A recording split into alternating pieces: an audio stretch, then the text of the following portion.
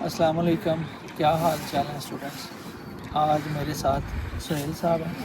सुहेल साहब भी रिसेंटली पाकिस्तान से आए हुए हैं वाया दुबई। इन्होंने वीज़ा अप्लाई किया है। आज हम इनकी कहानी सुनेंगे। तो अभी आपको थोड़ा सा हम लोग व्यू दिखा देते हैं। हम लोग इस वक्त मेक्लनबर्ग में मौजूद हैं। ये माइन रिवर के ऊपर एक शहर है। इसका ज़रा व्यू चेक कर लें।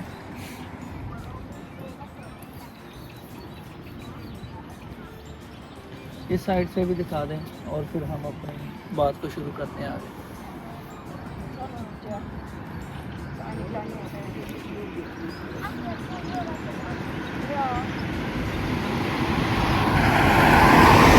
सुहेल साहब इस वक्त डेगनडॉफ यूनिवर्सिटी में कोर्स कर रहे हैं, bachelors tourism and management and artificial intelligence as well, जिसमें इन्होंने इनरोल करवाया हुआ है। अभी ये पता नहीं आगे क्या करना चाह रहे हैं। तो अब इनसे इनकी कहानी सुनते हैं कि किस तरीके से ये जर्मनी में आए, कैसे इन्होंने वीज़ा लिया, ताकि जो आपकी इंटरेस्ट की मालूमात है। सुहेल साहब फरमाइएगा ज़रा। मैंने डेगनडॉफ आप भी हैं? हाँ जी। मैंने डेगनडॉफ यूनिवर्सिटी में 2023 के विंटर सेमेस्टर में एडमिशन अप्लाई किया था। डेगनडॉफ का लाइक एप्लीकेशन सिस्टम जो है ना, वो डायरेक्ट एप्लीकेशन एक्सेप्ट करते हैं। कुछ यूनिवर्सिटी जर्मनी में एप्लीकेशन यूनी असिस्ट के थ्रू एक्सेप्ट करती हैं, और कुछ यूनिवर्सिटी आप डायरेक्ट उनके पोर्टल से अपनी एप्लीकेशन सबमिट करवा सकते हो। तो मैंने मिड ऑफ मई में अपना एडमिशन अप्लाई किया था डेगनडॉफ यूनिवर्सिटी में। तो उसके बाद तकरीबन 1 महीने के बाद मुझे एडमिशन मिल गया था। तो एडमिशन के बाद मैंने अपना ब्लॉक अकाउंट खुलवाया। तो ब्लॉक अकाउंट के साथ जवेद साहब मेरे स्पॉन्सर भी हैं। इन्होंने मुझे स्पॉन्सरशिप लेटर भी दिया था। तो उसके बाद मैंने अपने ब्लॉक अकाउंट का जो है वो विड्रा करवा लिया था। ये कोई इनके ब्लॉक अकाउंट में थोड़ा सा डिले था, उसकी वजह से स्पॉन्सरशिप लेटर में थोड़ा सा डिले था, जिसकी वजह से फिर हमें ब्लॉक अकाउंट करवाना पड़ा। लेकिन बाद में मैंने स्पॉन्सरशिप लेटर पे फरमाइएगा कि एडमिशन लेने तक आपका कितना खर्चा आया और ब्लॉक अकाउंट खुलवाने का कितना खर्चा आया। ब्लॉक अकाउंट बेसिकली जब आप ब्लॉक अकाउंट ओपन करवाते हो तो आई थिंक 89 यूरो जो है वो फर्स्ट टाइम आपकी वो फर्स्ट डिडक्शन होती है। तो उसके बाद 11,000 और समथिंग है ब्लॉक अकाउंट। लेकिन रिसेंटली कुछ बढ़ा दिया उन्होंने, राउंड अबाउट 12,000 हो गया ब्लॉक अकाउंट। तो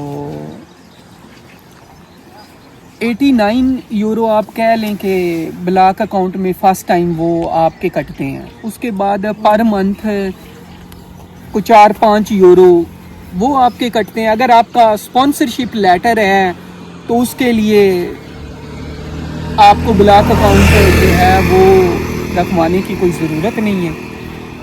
तो जब मेरा एडमिशन आया उसके बाद जवेद साहब से मैंने स्पॉन्सरशिप लेटर लिया और मैंने वाया दुबई अप्लाई किया था।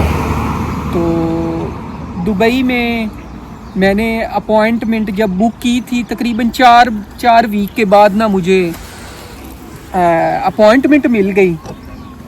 तो अपॉइंटमेंट बुक करने के बाद 4 वीक बाद मुझे अपॉइंटमेंट मिली। उसके बाद मैं अपनी सारे डॉक्यूमेंट लेके स्पॉन्सरशिप लेके तो दुबई की एम्बेसी में गया।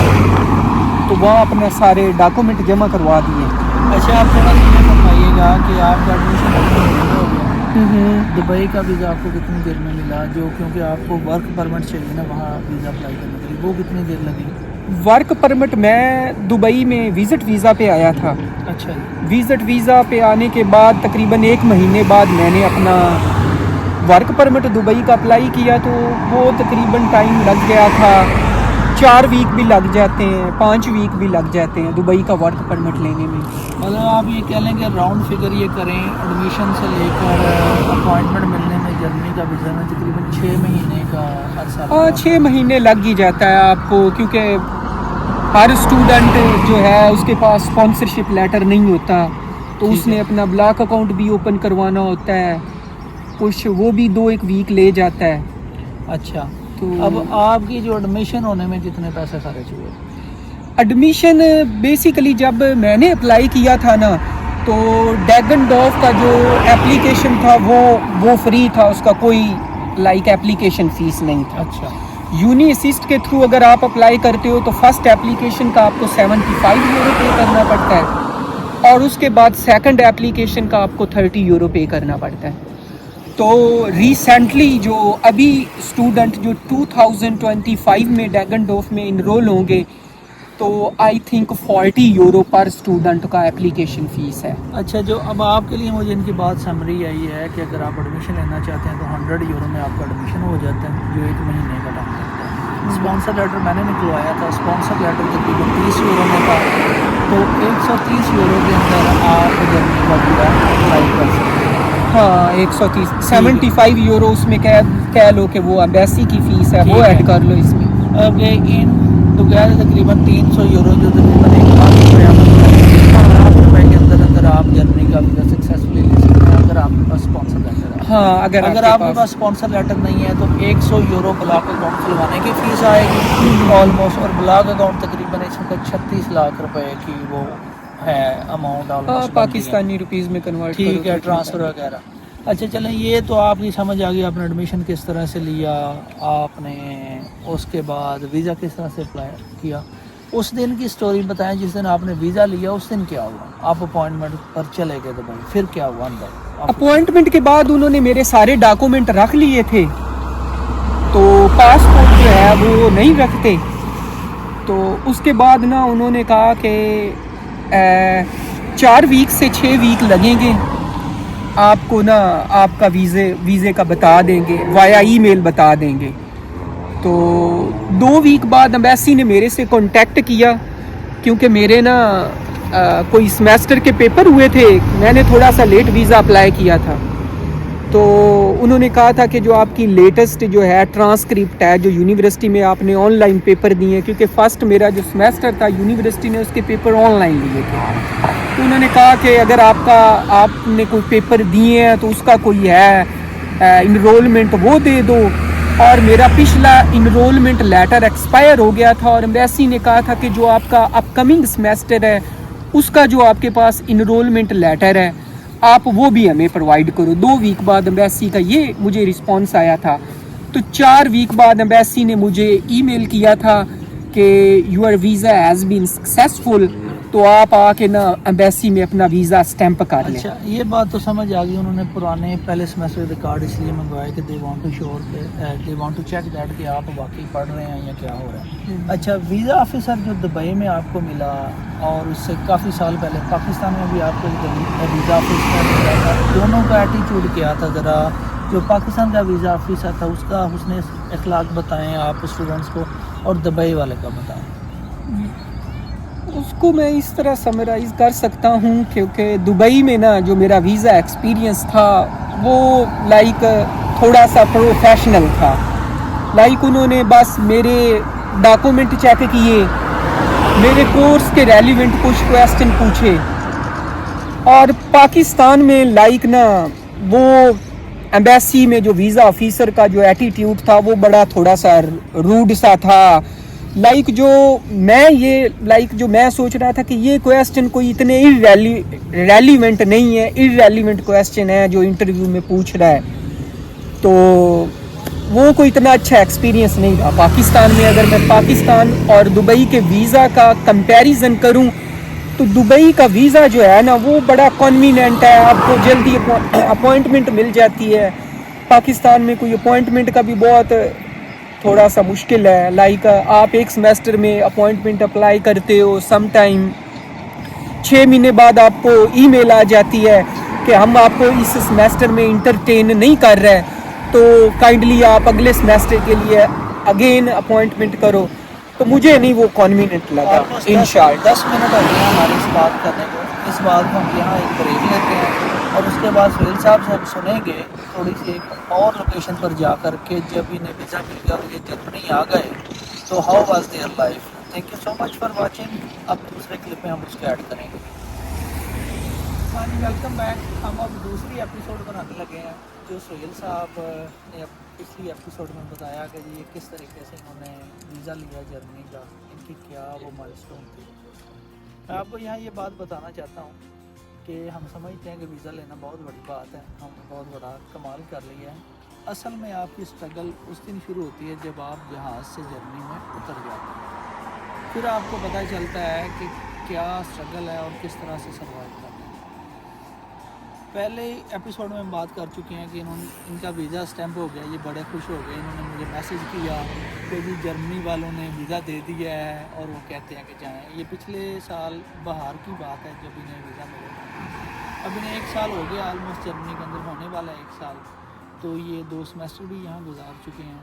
तो अब ये बताएँगे कि ये कतर एयरवेज़ से ये दुबई से आए थे। तो अब ज़रा दुबई या पाकिस्तान से आप आए थे? दुबई से आए थे। दुबई से। तो आप ज़रा फरमाइएगा कि क्या आप ये एडवेंचर थे, किस तरह से आपने कितने की टिकट ली कतर एयरवेज़ की और आगे फिर क्या मामला था ये सारा, और हेल्थ इंश्योरेंस का भी बताइएगा वो किस तरह से। हेल्थ इंश्योरेंस मोविस्टा वालों की मैंने ली थी, वो है 40 यूरो पर मंथ। और उसमें डिफरेंट पैकेज है। एक आई थिंक 60 यूरो का है, एक 80 यूरो का है। थोड़ा सा उसमें बेनिफिट ज़्यादा होते हैं, लेकिन पर्सनली मैं तो स्टूडेंट को यही रिकमेंड करूँगा कि उनको लाइक 40 यूरो वाला पैकेज लेना चाहिए, क्योंकि वो थोड़ा सा इकोनॉमिकल है। तो शुरू में स्टूडेंट आता है, लाइक उसके पास जॉब नहीं होती, तो वो इजीली 40 यूरो अफोर्ड कर सकता है। बाकी गवर्नमेंट की जो इंश्योरेंस है वो 120 से स्टार्ट होती है, तो स्टूडेंट वो भी लेते हैं। तो डिपेंड करता है कि स्टूडेंट की प्रेफरेंस से वो कौन सी हेल्थ इंश्योरेंस लेना चाहते हैं। अगर आप 30 ईयर से छोटे हैं तो आपको कहेंगे आप ओका या टीका की इंश्योरेंस लें, जो कंपैरेटिवली महंगी है, 120 यूरो की है। जो मोविस्टा की क्लासिक इंश्योरेंस उन्होंने ली थी वो तकरीबन 40 यूरो से कम है। और अगर आप 30 ईयर से ओल्डर हैं तो आपको वो जो मिलेगी, फिर वो आप और अगर आप यंगर हैं तो आप, लेकिन मोविस्टा की ऑप्शन ज़्यादा बेहतर है, वो चीपर है, क्योंकि यंगस्टर ज़्यादातर डॉक्टर के पास आप जाते ही नहीं, यहाँ आप इतना बीमार नहीं होते। आपको बुखार वगैरह खांसी इस तरह की चीज़ें आ जाएँ तो आप मोविस्टा का यूज़ कर सकते हैं। अब दूसरी इंटरेस्टिंग बात आप ये करवाइएगा कि दुबई से आपने टिकट खरीदा था, दुबई में टिकट की क्या प्राइस थी और पाकिस्तान से क्या प्राइस थी? पाकिस्तान में अगर आप कतर एयरवे की टिकट लेते हो ना, लाइक जर्मनी की, तो वो तकरीबन 2.5 से 3 लाख की है। और दुबई से जो मैंने टिकट लिया था वो आई थिंक 1000 दिरहम का था। तो अगर आप थोड़ा सा 2 वीक जल्दी टिकट ले लेते हो तो वो आपका टिकट है 1200 दिरहम में आपको मिल जाता है। अगर आप अर्जेंट लेना चाहते हो तो तकरीबन 2-1 हज़ार दिरहम उसका लग जाता है। अच्छा, इसका मतलब 1000 दिरहम का मतलब है कि ऑलमोस्ट पाकिस्तानी 80,000 बनते हैं, काफ़ी डिफरेंस है। 1 लाख के अंदर मतलब जो कह लें कि 60-70% आपको टिकट जो है वो सस्ते मिलेगी अगर आपको बैठे। हाँ, अच्छा, अब आप दुबई से आगे जहाज़ में बैठ गए और आप जर्मनी में लैंड हो, ज़रा ये एक्सपीरियंस बताइएगा कि आप किस एयरपोर्ट पर उतरे और वहाँ इमिग्रेशन ने आपको कैसे ट्रीट किया, वो भी बताइएगा। फ्रैंकफर्ट एयरपोर्ट पर आप उतरे थे? हाँ, फ्रैंकफर्ट पे। और इमिग्रेशन ने आपको किस तरीके से ट्रीट किया?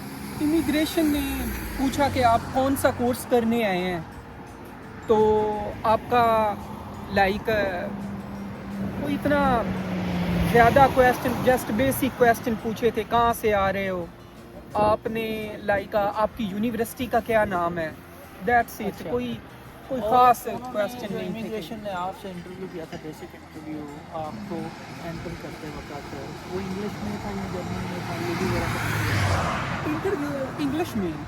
अच्छा, अब आप लाइक आपको जर्मन आती है तो डेफिनेटली आप जर्मन में भी दे सकते हैं। अगली जो 3 चीज़ें हैं, जो 3 क्वेश्चन हैं, वो मैं आपसे 1 बाय 1 पूछूंगा कि आप यूनिवर्सिटी में आपने किस तरह जाकर इनरोलमेंट करवाई, उसके बाद आपने अपनी अकोमोडेशन किस तरह से ढूंढी, और जो तीसरा इम्पोर्टेंट क्वेश्चन है कि आपने पार्ट टाइम वर्क जो अपना सर्वाइवल के लिए वो कैसे। जब आप यूनिवर्सिटी में आते हो बस इंटरनेशनल, मैंने तो कोई आके आपको इनरोलमेंट वगैरह कुछ नहीं करवाना होता, वो सारा ऑनलाइन ही प्रोसीजर होता है जो आप कर लेते हो। यूनिवर्सिटी आते हो तो आप अपना यूनिवर्सिटी स्टार्ट कर देते हो, उसमें कोई इनरोलमेंट में भी किसी और यूनिवर्सिटी की कोई रिक्वायरमेंट हो कि आके आपको कोई प्रोसीजर करना हो। लेकिन मेरे वाली यूनिवर्सिटी में मैंने आके यूनिवर्सिटी गया, अपनी क्लासेस स्टार्ट कर दी, क्योंकि मैं पहले ही थोड़ा सा लेट आया था। उसके बाद आपने पूछा कि हाउसिंग का, हाउसिंग के लिए मैंने पहले कोई अपनी अकोमोडेशन बुक नहीं की हुई थी, तो वो यहाँ एक दोस्त थे अरफान साहब, पसाव में रहते थे, तो 1 महीना मैं उनके साथ आके रहा और मैंने अकोमोडेशन ना ऑनलाइन फाइंड करना स्टार्ट कर दी। तो जब मैं अकोमोडेशन तलाश कर रहा था ना, तो उस वक्त मुझे एक चीज़ रियलाइज़ हुई कि जर्मनी का जो वीज़ा लेना इजी है और जर्मनी में अकोमोडेशन फाइंड करना ये एक चैलेंज है। इसके लिए जो न्यू कमर हैं, जो स्टूडेंट आ रहे हैं, उनको मैं एडवाइस करूँगा कि जब आप अपना एप्लीकेशन का प्रोसीजर स्टार्ट करते हो ना, तो आप साथ में अपना ना अकोमोडेशन भी तब से ही फाइंड करना शुरू कर दें, क्योंकि ये सम केसेस मैंने ऐसे भी देखे कि स्टूडेंट को 3-3, 4-4 माह इधर आके अकोमोडेशन ही नहीं मिलती। तो मैं पर्सनली ये रिकमेंड करूँगा कि आप जब अपना वीज़ा अप्लाई कर रहे होते हो ना, तो आप अपना अकोमोडेशन फाइंड करना शुरू कर दो। तो 1.5 माह बाद मुझे ना अकोमोडेशन मिली। अच्छा, आपको अकोमोडेशन मिल गई यूनिवर्सिटी। अकोमोडेशन के लिए आपको कितने पैसों की ज़रूरत थी, मंथली कितने पैसे चाहिए, उसका एडवांस क्या था, डिपॉजिट क्या था?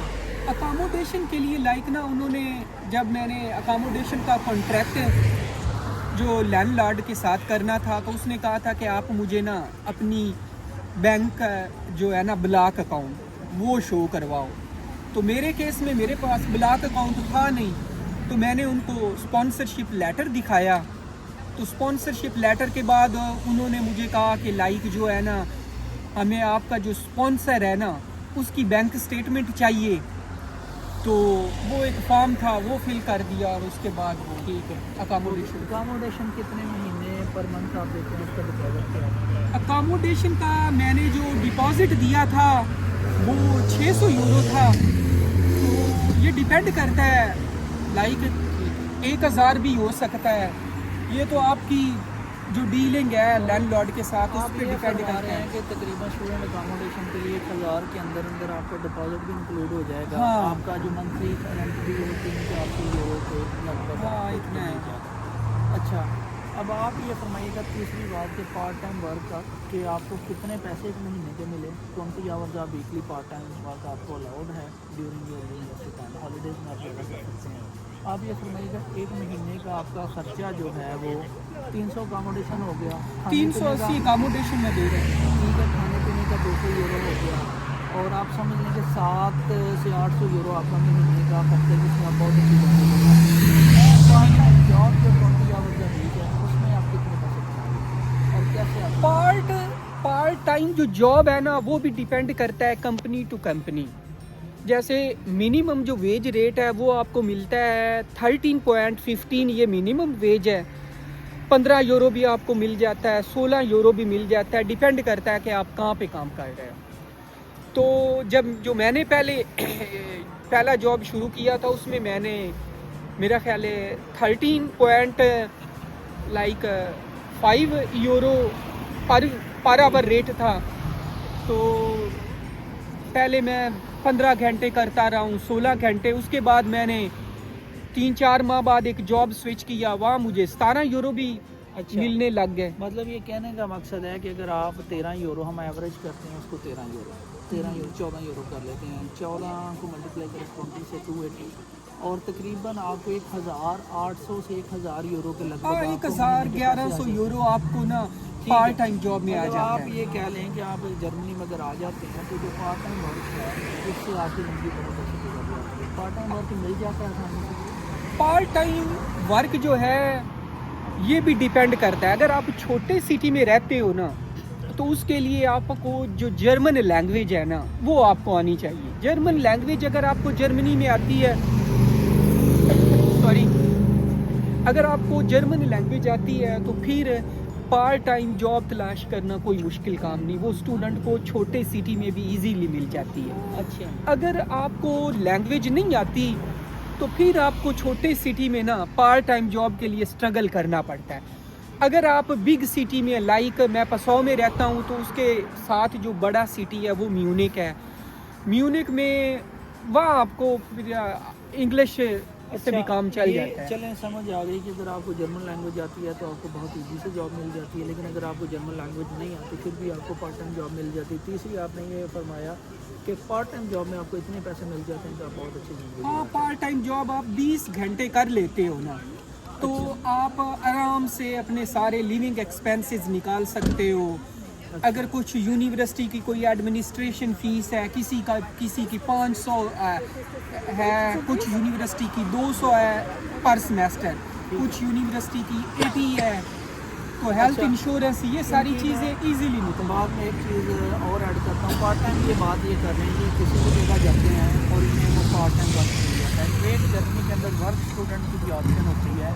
वर्क स्टूडेंट की जॉब सिर्फ वही कर सकता है जो यूनिवर्सिटी का एनरोल्ड स्टूडेंट है। वर्क स्टूडेंट की जॉब में आपको पैसे ज़्यादा मिलते हैं, वो 1000 से लेकर 1500 यूरो महीने का मिलता है।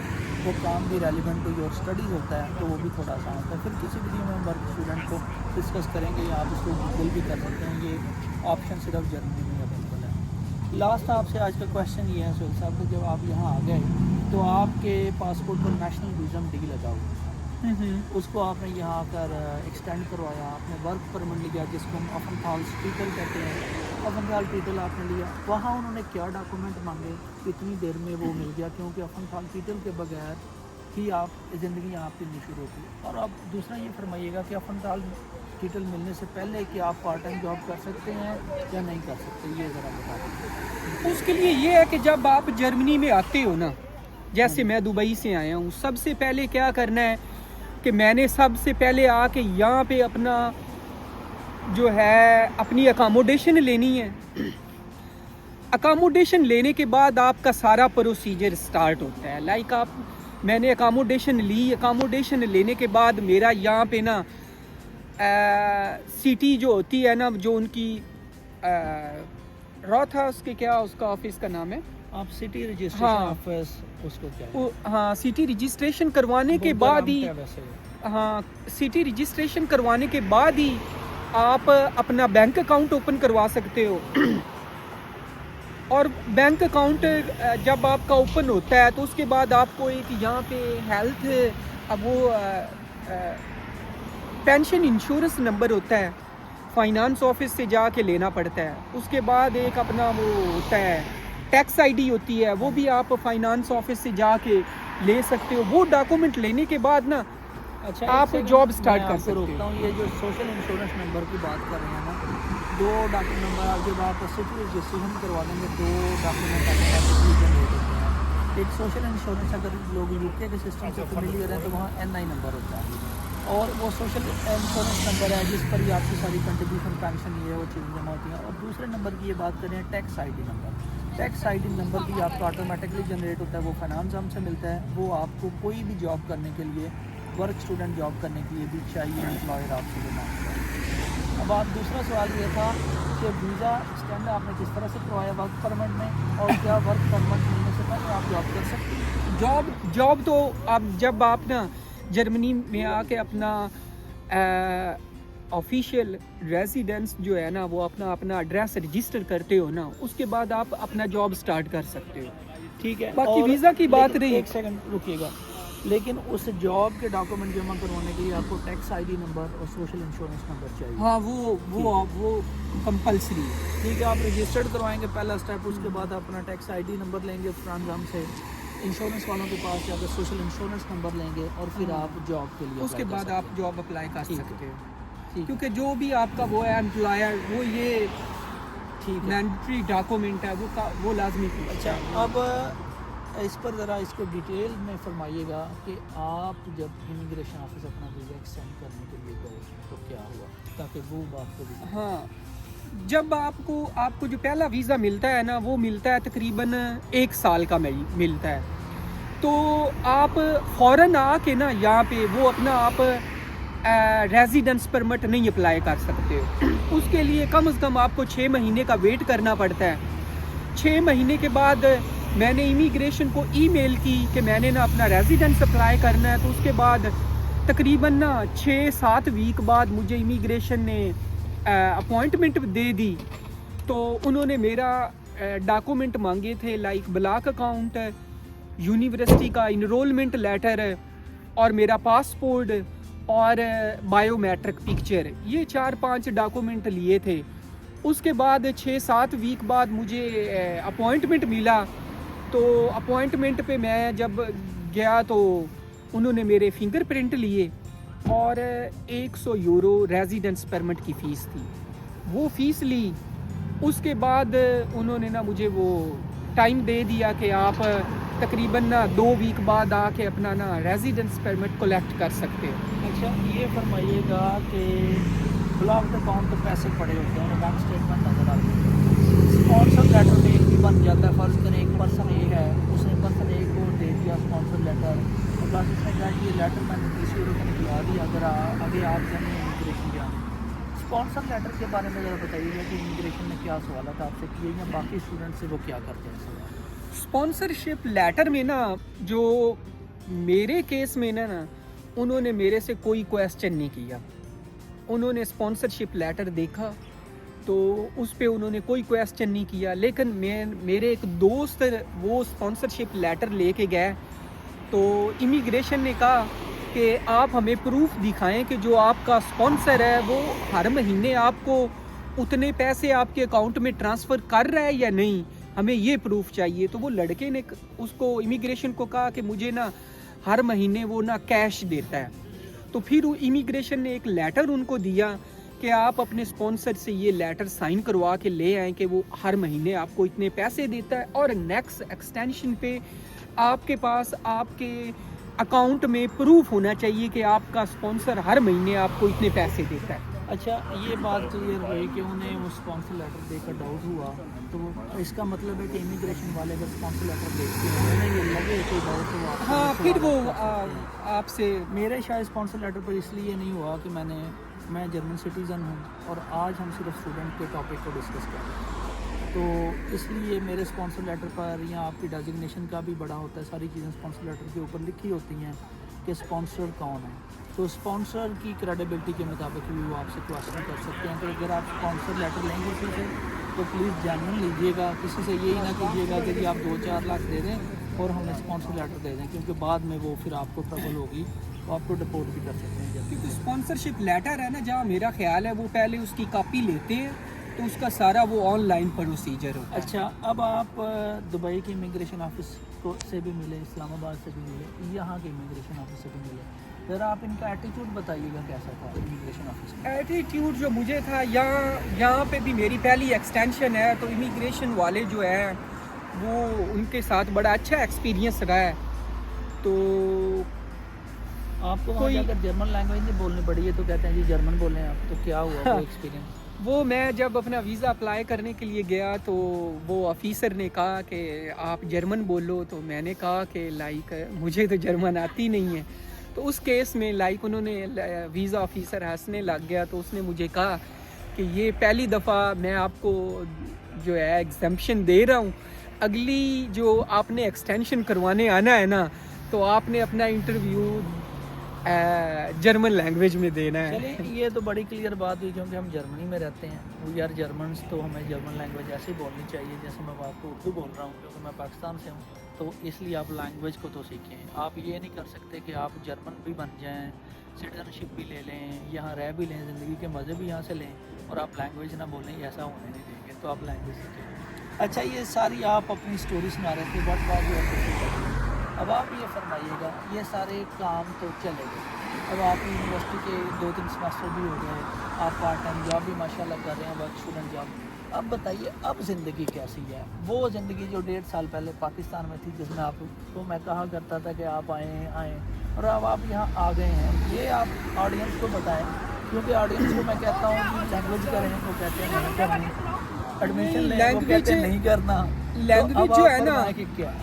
लैंग्वेज के बारे में ना जुवेद साहब से मेरी अक्सर बात होती थी, तो ये एक बात ही कहते थे, अगर आपने जर्मनी आना है ना तो आप ना जर्मन लैंग्वेज सीख के आओ।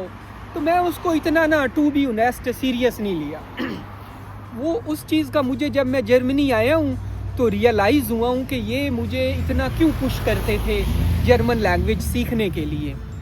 तो वो जब बंदा यहाँ आता ही है तो सही तब पता चलता है, जब प्रैक्टिकल लाइफ में बंदा अपना जॉब शुरू करता है तो लैंग्वेज की इम्पोर्टेंस का तब पता चलता है। मेरे माइंड में था कि लाइक इंग्लिश से हर जगह काम चल जाता है।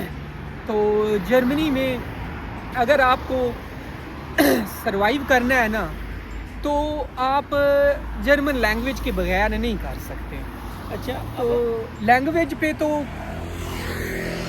सॉरी लैंग्वेज पे मेरे ख्याल में कोई डिबेट होनी नहीं चाहिए, करनी चाहिए या नहीं करनी चाहिए। अच्छा, तो लैंग्वेज। अच्छा, अब आप ये बताएं कि आप अपनी अकोमोडेशन भी पे करते हैं, आप यूनिवर्सिटी को भी पे करते हैं, उसके बाद आपकी पार्ट टाइम जॉब भी। आप पहले तो ये बताइए कि आपके बैंक में सारे खर्चे निकाल कर एज अ वर्क स्टूडेंट कितने पैसे बचते हैं जो आप सेविंग कर सकते हैं, और दूसरा आप ये फरमाइएगा कि आप ज़िंदगी में अब रिलैक्स कितने हैं। 1.5 साल पुरानी ज़िंदगी बताइए और अब की बताइए। और ये आज से आप आज के दिन का आखिरी सवाल है आपसे इस टॉपिक पे। बात जो सेविंग की है ना, वो तो आपके पर्सनल एक्सपेंसेस पे डिपेंड करता है कि आप कैसे खर्च करते हो। अगर तो आप अपनी लाइक बेसिक नीड पूरी करते हो, लाइक अपने आप अकोमोडेशन हो गया, हेल्थ इंश्योरेंस हो गया, ये चीज़ें पे करके आपका 700-800 खर्च हो जाता है, तो आपको 500-600 बच जाता है, 400 बच जाता है। उसके बाद फिर अगर आप कहीं घूमने जाते हो या आप आउटसाइड कोई पार्टी करते हो तो डेफिनेटली वो एक्सपेंसेस फिर उस हिसाब से कहना चाह रहे हैं कि आप तकरीबन 1.5 लाख रुपया महीने का आसानी से बचा लेते हैं, उसके बाद आप यहाँ भी अच्छी ज़िंदगी गुजार रहे हैं, आप अपनी यूनिवर्सिटी भी कंटिन्यू कर रहे हैं। अच्छा, चलें, ये बात भी क्लियर हुई। अब ये बताएं कि आप सेटिस्फाइड कितने हैं यहाँ पे? आप पाकिस्तान में भी रहे, आप इंग्लैंड में भी रहे, कुछ अर्सा आपने यूके में भी गुजारा। सेटिस्फेक्शन का जो लेवल है ना, जो जर्मनी में, मैं यूके में भी 4 साल रहा हूँ, जुवेद साहब भी तकरीबन कोई 7 साल यूके में रहे हैं। 5 साल मैं यूके में। 5 साल? हाँ, 5 साल आप भी यूके में रहे हैं। अगर क्वालिटी पाकिस्तान के साथ, तो हम जर्मनी की क्वालिटी लाइफ कंपैरिजन ही नहीं कर सकते हैं। अगर हम यूके के साथ जर्मनी की क्वालिटी ऑफ लाइफ को कंपैरिजन करें तो it's much better than UK. तो यूके में तो स्टूडेंट जो हैं, ट्यूशन फ़ीस आई है, यहाँ पे स्टूडेंट को ट्यूशन फ़ीस भी नहीं पे करना पड़ता। तो स्टूडेंट जो अर्न करता है वो उसकी पॉकेट में ही जाता है। तो डेफिनेटली जब आप फाइनेंशियली थोड़ा सा स्टेबल होते हो तो आप चीज़ों को अच्छी तरह एक्सप्लोर करते हो, आपका सेटिस्फेक्शन लेवल जो है हाई होता है एज़ कम्पेयर टू के आप अपने ट्यूशन फ़ी पे कर रहे हो, आप अपनी लिविंग पे कर रहे हो। तो अच्छा सोहेल साहब, बहुत शुक्रिया। आप भी इनका ये जो सारा इंटरव्यू है, हमने बड़ी डिटेल में बात की, ऑलमोस्ट 30 मिनट से ज़्यादा हमने टाइम लिया। आप इसको सारे को देखें, क्योंकि ये वो रियल लाइफ चैलेंजेस हैं जो आपको ना किसी एजेंट ने बताने हैं, वो आपने जब यहाँ आना है तो तभी फेस होगा। अगले टॉपिक्स पर हम कभी बात बाद में करेंगे, जब आप स्टूडेंट से आगे आएंगे, प्रोफेशनल लाइफ में आएंगे, जॉब करेंगे या सिटीज़नशिप की तरफ आएंगे, तो वही बातें इससे करेंगे। अच्छा सोहेल साहब, मुझे आप ये सारी बातें सुनकर ये समझ आई कि अगर आप मेहनत करके 1.5 लाख रुपया पाकिस्तान में खर्च लेते हैं तो आप जर्मनी आ जाएंगे। 1 या 1.5 लाख रुपए में आप जर्मनी पहुंच सकते हैं। टिकट इससे अलग है, 2 लाख से बाद जो इनिशियली आपको वीज़ा मिल जाएगा, प्लस आप 7-8 लाख रुपए में आप अकोमोडेशन वगैरह या अपनी ज़िंदगी स्टार्ट कर लेंगे। और अगर आपको जॉब मिल जाती है तो आप तकरीबन 1 से 1.5 लाख रुपया महीना सेविंग कर लेते हैं। तो I think this is a very good deal, क्योंकि इंग्लैंड के अंदर या बाकी जगहों पर यूनिवर्सिटी फीस है वो ही 12 से 13 हज़ार पाउंड है, जो 50 लाख के लगभग पैसे बनते हैं। और भी क्वेश्चन हैं आप कमेंट में लिखें, हम सुहेल साहब से पूछते रहेंगे इनकी ज़िंदगी आगे कैसे ग्रो होती है। तो और कोई क्वेश्चन है तो आप ज़रूर हमें लिखें। सुहेल साहब आपका बड़ा शुक्रिया, तो very happy to have you here. अल्लाह हाफिज़। काफ़ी कहते 5 मिनट